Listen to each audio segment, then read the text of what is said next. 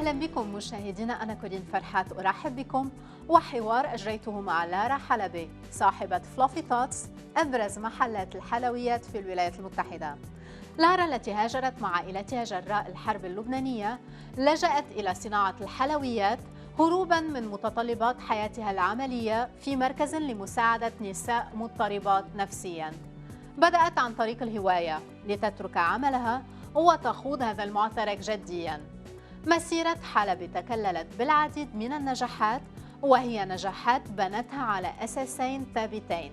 الأول هو موهبتها، أما الثاني فيتمثل بعشقها للفنون لتصنع من قوالب الحلوى لوحات فنية جميلة، وبينهما تكتب قصة امرأة تملك من الإرادة ما مكنها من النجاح ومنافسة أبرز صناع الحلويات في الولايات المتحدة. The key to success is just having that passion and definitely following your dreams and just have that passion and motivation to keep going. I've always loved baking and I love art, so doing this, it just incorporates like art and food together, which is the best of both worlds. My name is Lada Halabi and I'm from Lebanon, and I'm the owner of Fluffy Thoughts Cakes in McLean, Virginia. I was born in Lebanon and we moved to the US when I was 10 years old. We moved because of the war in Lebanon and the schooling in America. My parents wanted us to get a better education. Definitely felt very different. My English wasn't very good. I spoke a lot of Arabic and the kids made fun of me because my English was broken. But it took a few years and I learned how to speak with the American dialect and it was fine after that. I went to Marymount University in Arlington and I studied counseling psychology, and then I got my master's as well in counseling psychology. And after I graduated, I worked with Fairfax County and I worked with emotionally disturbed adolescents. So I worked in a home with them for a few years, and at night I would bake, because it was just definitely a stress reliever. But I did eventually do baking school at l'Académie de Cuisine in Gaithersburg. I took night classes there because I was still working during the day. They teach pastry and they teach savory, so I did the pastry program. And then I also did classes with cake decorators around the country. Like I would take classes with them to learn more of the techniques of sugar, flowers, and painting, piping, stuff like that. So I was doing that 3 times a week. And then on top of that, on the weekends, I had orders, so I was doing orders for people, and I was doing all of this out of my apartment. Once I got so many orders that I was staying up all hours of the night, and I was not able to do my job anymore. I was waking up late, getting to work late. It was really hard. And then my father passed away, and after he passed away, it was really hard for me to go back and do help people with their issues when I was really sad and stuff. So I couldn't focus on work anymore, and I felt like I needed to get my help for myself, and that's when I decided to take a break from it because it was just becoming too much. It started with a few friends asking me to make cakes for them, and then eventually it led to more and more and more, and then finally I just couldn't do it in the apartment anymore. It just got too big, and so we started looking for a space, and we opened this space about 7 years ago. Cake making is super competitive around here. There's a lot of amazing, talented people in the area, but everybody has their own share. I mean, it's super important, the interaction between my team and I. We have a meeting and we'll talk about different cakes. So if it's a really important project, we'll all have a meeting and talk about designs and ideas and things that we think should happen and how we should structure it, how we should do it. And everybody pitches in and does it. And it's teamwork is super important, especially when you have huge projects. We make everything from scratch. We don't use boxes or mixes. We use really high quality ingredients because our main thing is we want people leaving the wedding or an event saying wow, that cake tasted good. They remember the cake.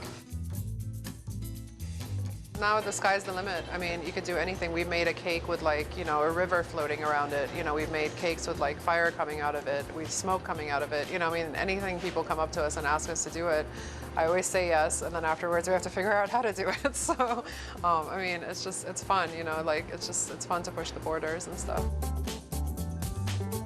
Our cakes are definitely labor of love. You know, every egg we break, every cup of sugar we make. I mean, it's just like all that love goes into it. You know, we definitely want it to look good and taste good. The best feeling is when a customer sees the cake and they're super happy with it. You know, just seeing their face, like their look of like happiness, like when they see the cake and when they eat it and they love it. It's just great, like being, you know, like a part of people's like special moments in their life, you know. So the great thing is they remember us and they come back to us, so that just makes us super happy. You know, everybody has their dream and they have their vision of how they want their cake to look, and you know, we work with everybody. Everything we make is custom. You know, we sketch everything during the tasting so they can see and they can have a visual of like what the cake looks like. It's definitely more than a couple of eggs, flour, and sugar. Social media is unbelievable. It's so positive. I mean, I felt like ever since I started Instagram last year, like our sales have doubled. You know, just posting like all the cakes and everything that we do is so visual. So social media helps so much. You can see what the new trends are, you know, and, you know, following top designers and just seeing like what everybody's doing, you know, what the new trends are and stuff. I think when we got the call from Food Network was when I felt like we made it, and it was really awesome, like, you know, being on TV and stuff, and that was just like a goal to be on the Food Network Challenge. It's 4 competitors and there's a theme. So our theme was to make a cake that looked like a dog, and each person had a different dog that they had to do. So we did the Food Network Challenge, and we've also been on Cake Wars. Cake Wars is also a competition where you're up against 3 other competitors and you have to bake the cake live on TV, and we have to make like we did a SpongeBob cake when we went on Cake Wars, and you know, you have to bake it and the judges have to taste it, and then at the end they choose a winner. And we've also been featured on Cooking Channel, which is a sister of Food Network, and we've been featured on their show Cake Hunters. We've been on that show 3 times, and the show is basically, it's like House Hunters but for cakes, and the bride goes to different locations and tries the cakes, and then she chooses a winner, and then they follow you through the process of like making that cake. And we've been featured on like local news morning shows. You know, we've done like Fox News, CBS, ABC. And another moment I thought, you know, when we made it was we were in Martha Stewart Weddings magazine, and just being in her magazine was so amazing, just opening it, and she chose us as one of the top 63 pastry pros in the United States, which was amazing. So just being listed as that in Martha Stewart magazine is unbelievable.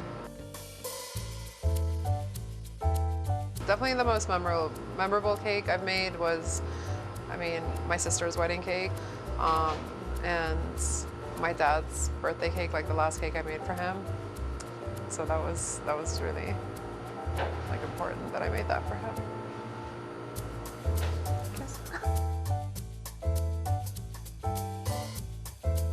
When he was alive, he told me, he was like, you know, you should go for your passion, you should go for what you want to do.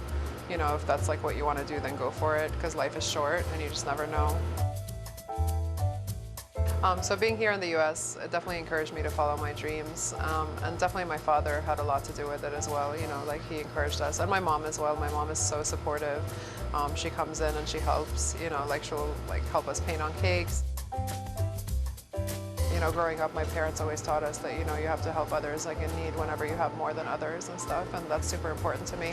So we always find like organizations and foundations that we support, and we make cakes for them. We did a cake for Hope for Henry, which is a really important organization. It's for children at the Children's Hospital who have cancer, and this mom started it because her son had passed away from cancer, and what she does is she'll bring like superheroes and like, you know, princesses and stuff to the hospitals to help support the kids, and they always do like a, you know, like a charity event every year, and we donate the cakes for that, and we also donate to homeless shelters, to, you know, orphanages, and also to the police and fire station like in the area, you know, because they work so hard. Yeah, I mean, coming as an immigrant to the U.S., you know, I definitely do feel like I'm living the American dream.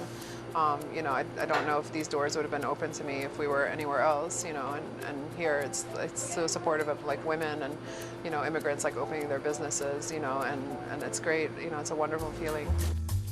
I do feel like I am breaking stereotypes, you know, like it used to be more of like a man's world, the baking world, and now like, you know, women run it, I think, you know, so I definitely do think, and definitely being like an Arab American, we can definitely do it, and women are strong, and, you know, and they can definitely go out there and do their dream. mean, my message is just go for it. You know, if you want to do something, you need to go for it. Even if it seems scary, just jump in there and do it. You know, you live once, you know. It just means that, you know, we're making, you know, people happier and, you know, just living our dream, living my dream is just, it's just happier. You know, I'm just happy that, you know, we've made it. I've made it and I've succeeded doing this. مشاهدينا أشكركم للمتابعة. أنا كورين فرحات أودعكم. راسلوني على إيميل البرنامج المجلة@الحرة.com وتابعونا على صفحة البرنامج المجلة شو على الفيسبوك، وبلاقيكم الأسبوع المقبل بنفس الموعد.